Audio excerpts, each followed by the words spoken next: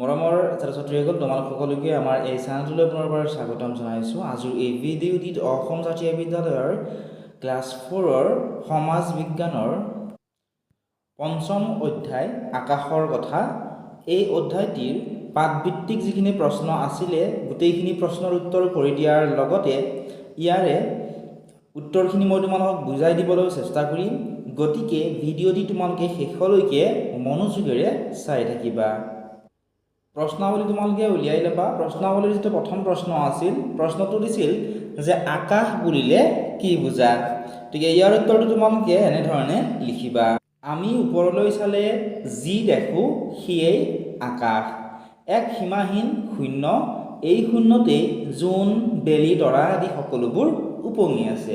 এতিয়া আকাশ বুলি ক'লে আমি কি বুজি পাওঁ যে আমি যেতিয়া ওপৰলৈ চাওঁ, ওপৰলৈ চালে আমি যি দেখা পাওঁ, আমি কি দেখা পাওঁ? সীমাহীন শূন্য, হয়নে? আমি কি একোকে দেখাবলৈ তেনেকুৱাকৈ নাপাওঁ। আকৌ সেই শূন্যতেই কি আছে? জোন, বেলি, তৰা আদিবোৰ কি আছে? তাত সকলোবোৰ তাত উপঙি আছে। গতিকে সেয়াই হৈছে আকাশ। এতিয়া চোৱা ২ নম্বৰ প্ৰশ্নটো কি দিছিলে?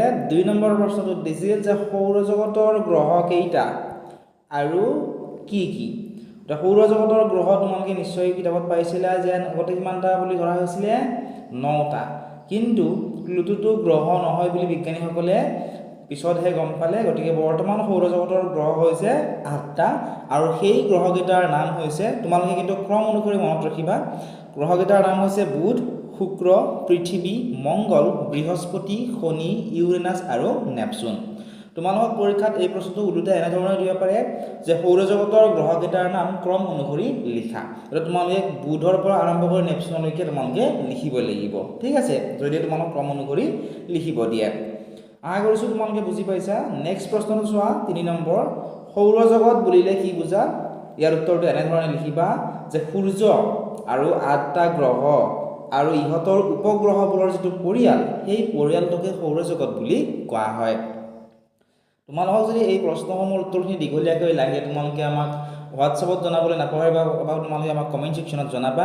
আমি দীঘলীয়াকৈ তোমালোক ইয়াৰ আনচাৰখিনি দিবলৈ চেষ্টা কৰিম। তো সৌৰজগতৰ গ্ৰহ বুলি ক'লে সূৰ্যৰ লগতে সূৰ্যৰ যে 8টা গ্ৰহ আছে, বুধ, শুক্ৰ, পৃথিৱী, মংগল, বৃহস্পতি, শনি, ইউৰেনাছ, নেপচুন, আৰু যিবোৰ উপগ্ৰহ আছে সেই উপগ্ৰহবোৰৰ যিটো পৰিয়াল, অৰ্থাৎ সকলোবোৰ মিলি ইয়াকে কি বুলি কোৱা হয়? সৌৰজগত বুলি কোৱা হয়। এতিয়া নেক্সট কুৱেশ্যনটো তোমালোকে চোৱা। কুৱেশ্যনটি আছিল যে গ্ৰহ কাক বোলে? তোমালোকে এনেধৰণে লিখিবা, নিজা তাপ আৰু পোহৰ নথকা জ্যোতিষ্কবোৰক গ্ৰহ বুলি কোৱা হয়। গতিকে যেনে চোৱা, সূৰ্যৰ নিজা তাপ আছে, নিজা পোহৰ আছে, গতিকে সূৰ্যটো কি হয়? নক্ষত্ৰ। তো যাৰ নিজা তাপ আৰু পোহৰ নাই, যিবোৰ জ্যোতিষ্কৰ নিজা তাপ আৰু পোহৰ নাই, তাকে কি কয়? গ্ৰহ বুলি কোৱা হয়। নেক্সট চোৱা, এতিয়া উপগ্ৰহ কাক বোলে? এইটো কুৱেশ্যন দিছিলে। গতিকে তোমালোকে লিখিবা এনেধৰণে যে গ্ৰহতকৈ সৰু, নিজা তাপ আৰু পোহৰ নথকা যিবোৰ জ্যোতিষ্ক আছে সেইবোৰক উপগ্ৰহ বুলি কয়। আৰু মনত ৰাখিবা যে উপগ্ৰহবোৰ কি হয়? গ্ৰহতকৈ বহুত বেছি সৰু হয় আৰু উপগ্ৰহবোৰৰ কি নাই? নিজা তাপ আৰু পোহৰ নাই, ঠিক আছে।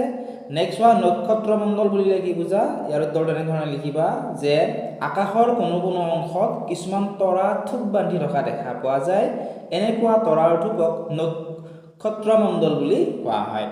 কেতিয়াবা চাবাচোন, তোমালোকে যেতিয়া আকাশখনলৈ কেতিয়াবা চোৱা, হয়নে? হঠাতে তোমালোকে কেতিয়াবা দেখিবলৈ পোৱা যে আকাশৰ যিবোৰ তৰা আছে সেইবোৰ তোমালোকে থোপ বান্ধি থকা দেখিবলৈ পোৱা, হয়নে? গতিকে তেনেকুৱা যে তৰাৰ থোপবিলাক দেখিবলৈ পোৱা, সেই তৰাৰ থোপকে নক্ষত্ৰ মণ্ডল বুলি কোৱা হয়। গতিকে তোমালোকে যিসকলে দেখা নাই এনেকুৱা ধৰণৰ তৰাৰ থোপ, তোমালোকে মাজে সময়ে আকাশখনলৈ চালে কেতিয়াবা নহয় কেতিয়াবা তোমালোকে নিশ্চয় দেখিবলৈ পাবাই। এতিয়া চাওঁ আহা নেক্সট কুৱেশ্যনটো, উল্কা বুলিলে কি বুজা? উত্তৰটো এনেধৰণে লিখিবা যে কেতিয়াবা একোটা উজ্জ্বল বস্তু তীব্ৰ গতিৰে পৃথিৱীলৈ নামি আহে, হঠাতে আকৌ নাইকিয়াও হয়, কেতিয়াবা মাটিত পৰেহি, ইয়াকেই উল্কা বুলি কোৱা হয়। কেতিয়াবা কি হয়? একোটা উজ্জ্বল বস্তু তীব্ৰ গতিৰে পৃথিৱীলৈ কি হয়? নামি আহে, নামি আহোঁতেই কি হয়? হঠাতে সেইটো নোহোৱা হৈ যায়, আকৌ কেতিয়াবা নামি আহি আহি মাটিতো পৰেহি, ইয়াকেই উল্কা বুলি কোৱা হয়। নেক্সট কুৱেশ্যন চোৱা। কুৱেশ্যন কি আছিল যে বহু বছৰৰ মূৰে মূৰে আকাশত ওলোৱা এটা ধূমকেতুৰ নাম লিখা।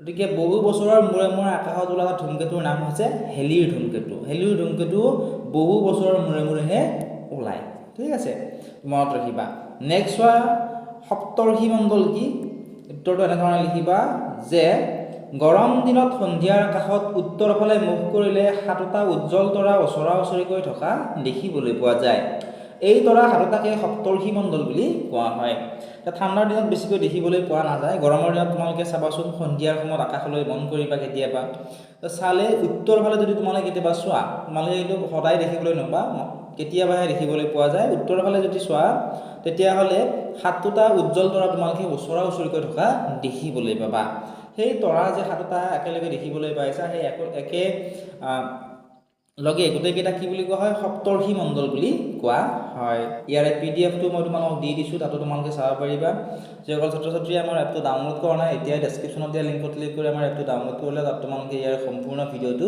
পাবা লগতে প্ৰত্যেকটো ছাবজেক্টৰে প্ৰত্যেকটো লেচনৰে কুৱেশ্যন আনচাৰ তাত তোমালোকৰ বাবে দি থোৱা